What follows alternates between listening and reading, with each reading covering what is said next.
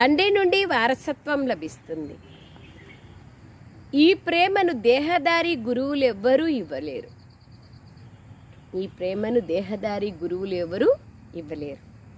ప్రశ్న: ఏ పిల్లల బుద్ధిలో అయితే జ్ఞాన ధారణ ఉంటుందో, ఎవరైతే చురుకైన బుద్ధి కలవారిగా ఉంటారో వారి గుర్తులేమి? జవాబు: వారికి ఇతరులకు వినిపించే అభిరుచి ఉంటుంది. వారి బుద్ధి మిత్ర సంబంధీకులు మొదలైన వారిపైన భ్రమించదు. చురుకైన బుద్ధి కలవారు చదువులో ఎప్పుడూ ఆవలించరు. స్కూల్లో ఎప్పుడు కండ్లు మూసుకొని కూర్చోరు.